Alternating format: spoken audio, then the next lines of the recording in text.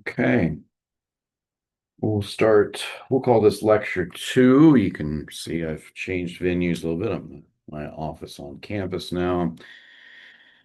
And let's keep going, shall we? All right, let me share screen here. There we go. So, what we want to talk about at this point is this idea of gauge pressure versus absolute pressure versus vacuum pressure. Right? So, um, I don't love these definitions, but there's sufficient, I suppose.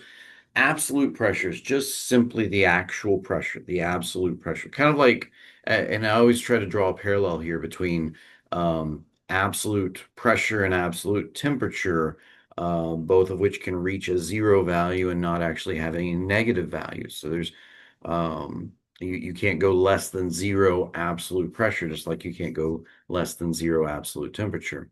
Um, However, we normally measure uh, pressure in what we call gauge pressure, right?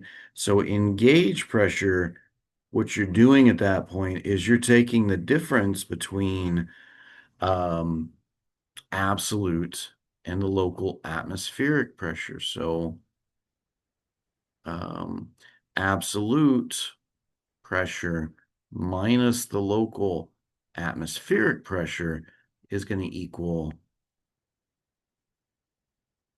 the gauge pressure, which you typically would actually measure, for example. So a way you can think about that, way a lot of people probably are used to thinking about that would be this idea of a tire gauge. And I don't have my engineering pad with me today, so I'm going to use the back of some other pages here. Um, so let's ignore the stuff that's shining through there. Let's say I go out and I've got a tire. Most of us have probably measured pressure on a tire before.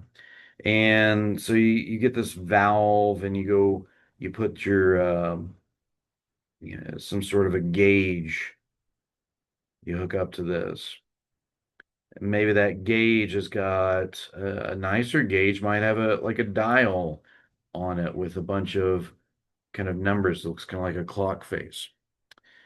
And let's say that gauge measures a reading of, here in the States, it might tell us something like 30 psi.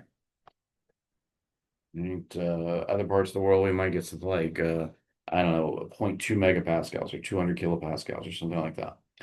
So let's say 30 psi, and it's not psi A, this would be psi G, right? Or you could or couldn't include the G there, but it's G because it's gauge pressure.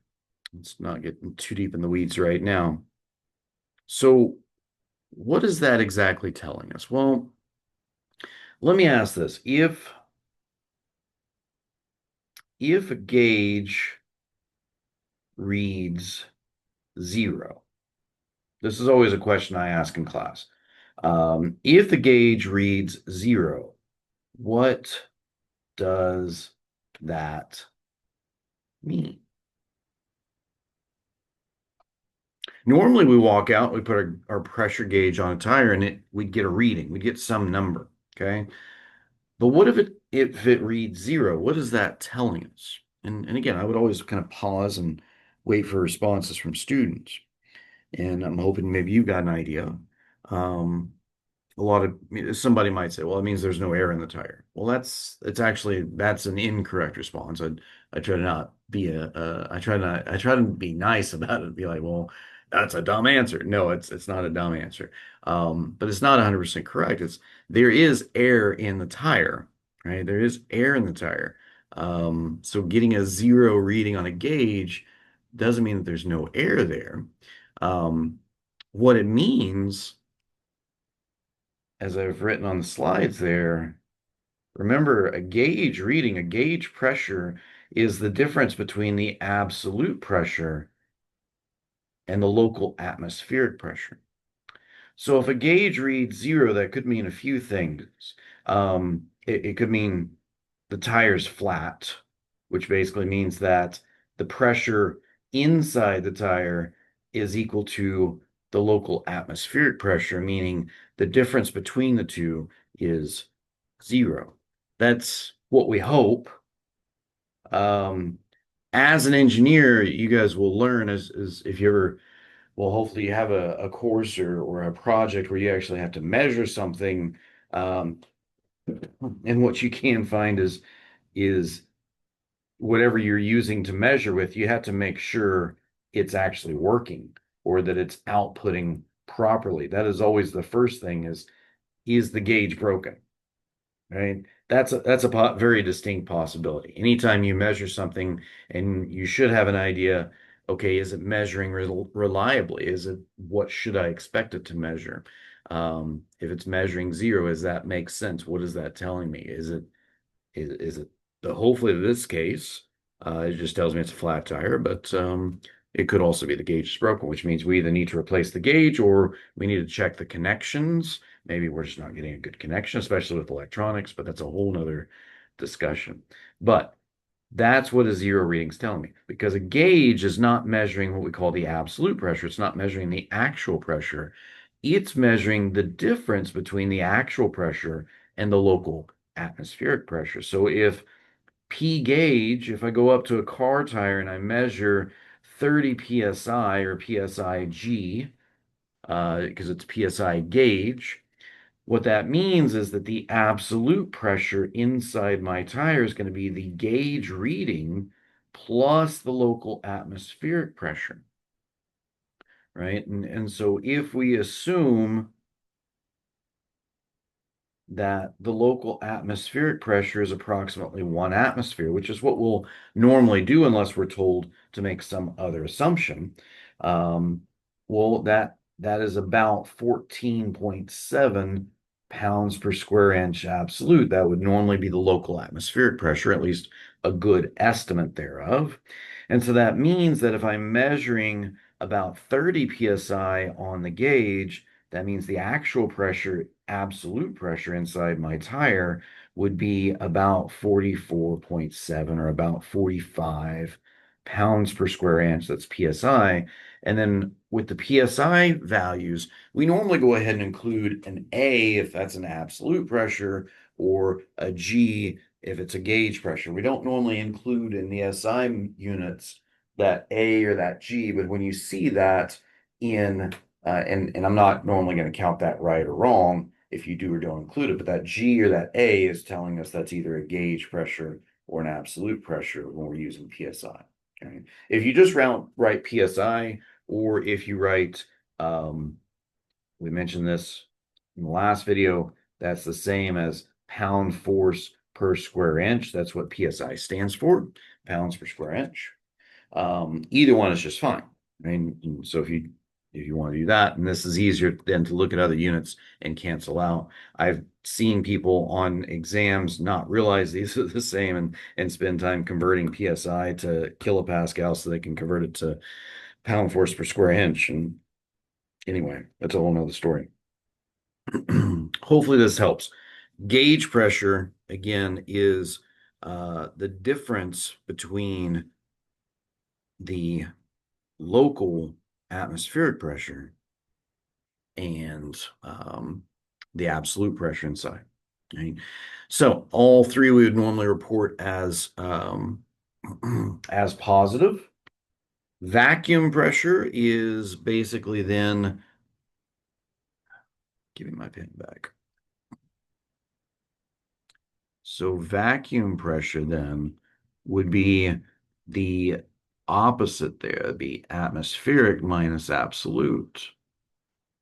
Because what we want is we don't want to report a pressure in negative. So if I'm dealing with a vacuum, something where the pressure, the absolute pressure is less than the local atmospheric pressure, I would actually then write it as the negative or the absolute value essentially of the gauge pressure.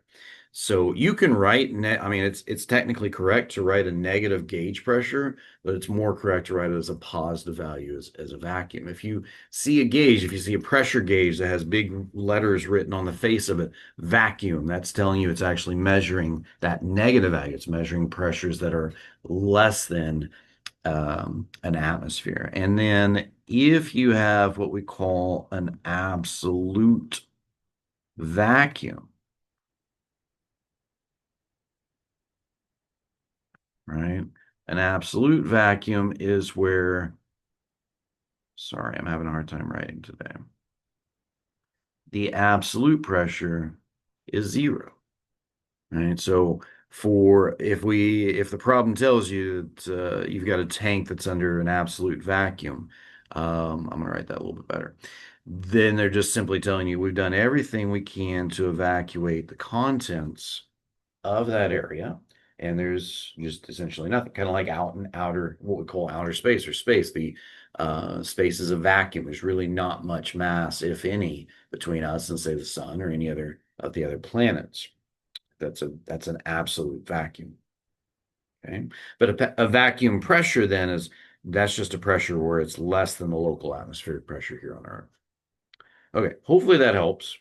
Right? And then what I want to do here is let's talk about the pressure change in a column of fluid. Now, fluid can be a gas or liquid.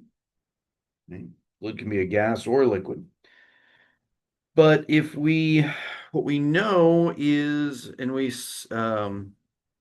last time I drew this terrible drawing of this diver of or a person going down in a let's say in a lake or in a swimming pool or something like that, and we said, well, that pressure is going to push on all sides of this person, and it's going to be in a normal direction. Okay, so and as you move further down in that column of fluid, you're going to experience an increase in pressure, right? If you've ever gone diving before and you go the further deeper down you go, the higher the pressure gets exerted on your body. Or if you've ever gone to the deep end of a pool, for example, as you get further down the pool, you get more and more pressure building up on top of you. Can we measure that? Right? Can we figure out how to approximate what that pressure change within the column of fluid should be? Right? And sure, I think we can do that. If I were to isolate, say, a box of air just out here in the atmosphere, right? So a gas can be a fluid just like a liquid can be a fluid. So let's just isolate a box of air just right here in front of us, right? Just box of air right there. And let's say that we acknowledge that from the top to the bottom of that bubble there, this box, there's going to be a difference in the pressure, right? If I've got let's say P1 on top, and let's say P2 on bottom, there's going to be a difference in the pressures there. And how could we try to figure that out? Well, one way we could do that is through analyzing the forces.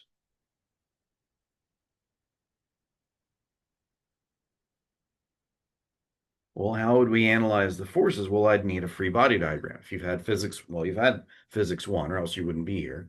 Hopefully you've done at least some basic free body diagrams there. That's a good tool we can use to analyze forces acting on an object. Those of you who've had statics, we've done lots of free body diagrams there, I would hope. So if we just draw, because pressures are forces per unit area, and I want to analyze the difference. We want to find P2 minus P1. Okay, so if I want to find the difference in pressures, well, pressures are force per unit areas, so I could analyze the forces acting on this thing to get from the top to bottom, and maybe I could use that to figure out what this pressure change looks like. So if we talk about this box here, I'm going to say that the into and out of the page, the third dimension here, I'm going to call that X, right? I'm going to call X the dimension coming into and out of the page. So we'll say this box has dimension X. That's my 15-minute timer. So I'm going to reset this video. Let's pick up here at the next part of, so I guess that'll be part 2 of lecture 1. So let's break this video up just a bit.